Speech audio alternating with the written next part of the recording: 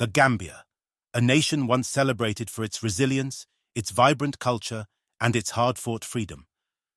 But today, a shadow looms over this small West African country. A shadow of suffering, of broken promises, and of a leadership that has failed its people. National Assembly member Honorable Tuma Njie has sounded the alarm. Her words are not just a critique, they are a cry for help. She says, "The Gambia is dying, and it's about time to rescue the Gambia for the second time." But what does this mean? How has the Gambia, under President ADAMA Barrow's leadership, reached a point where some say it is worse than the colonial days? This is not just a story of politics. This is a story of a nation on the brink, and the voices of those who refuse to let it fall. It is about time we rescue Gambia a second time.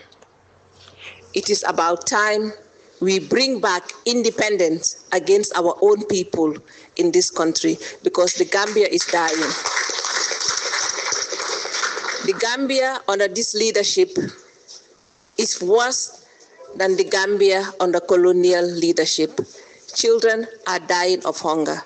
Women are dying giving birth. And I think it is the PPP that can rescue the Gambia as we rescue the Gambia. Ñu taka suñ ndigay bu baax a baax. I am an independent candidate, but my heart is PPP. I was expelled by non-PPP members. I will call them non-PPP members because they do not understand the value of the party.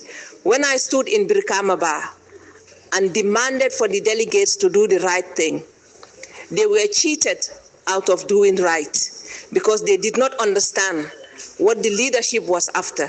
The leadership was not after the building of the party, they were after jobs. And when I said the PPP is not a job-seeking agency, I meant it, but the young people did not know.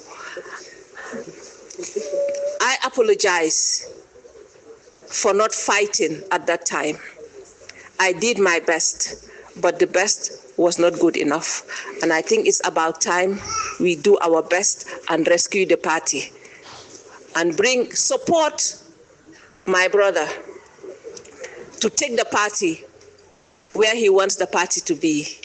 If I had followed my heart, I wouldn't have been here today, because I see some people sitting and they fought hard for me to lose my seat in Banjul. But I do not have any grievance against anybody. I forgive everybody. Let us forge ahead and work for the interests of the PPP. Thank you. These are not just words. They are a reflection of the harsh reality faced by countless Gambians. Under President Adama Barrow's leadership, the promise of a new Gambia has faded into a distant memory. Economic hardship, rising unemployment, and a lack of basic services have become the daily struggle for many. Corruption allegations and political instability have further eroded trust in the government. But what does Honorable Tuma Njie mean when she says the Gambia is worse than during colonial times? Let's break it down. During colonialism, the Gambia was under foreign rule, but there was a shared enemy, the colonizers. Today, the enemy is within.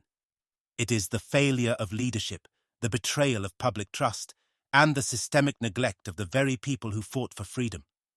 Honorable Tuma Njie's statement is not just a critique, it is a call to action, a call to rescue the Gambia before it's too late. To understand the gravity of Honorable Tuma Njie's statement, we must look at the facts. Economic decline. Under President Barrow's administration, the Gambia's economy has struggled to recover from years of mismanagement. Inflation has skyrocketed, making basic goods unaffordable for many.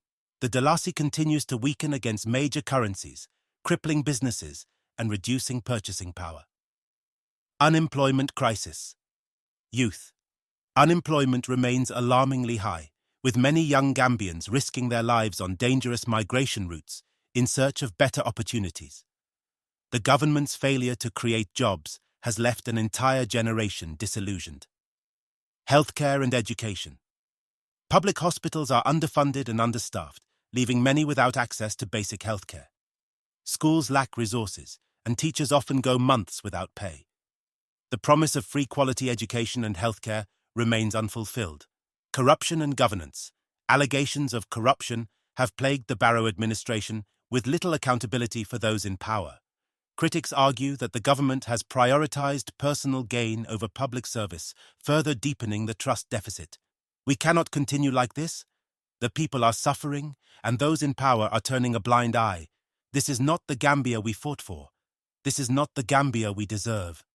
Honorable Tuma Njie's words resonate with many Gambians who feel abandoned by their leaders.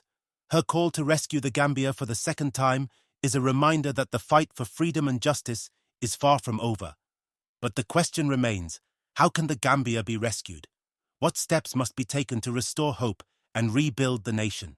If you enjoyed this video and found the information valuable, don't forget to like, comment, and subscribe to our channel. Share your thoughts in the comments below. What do you think about this development? And make sure to turn on notifications so you never miss an update on the latest news and analysis.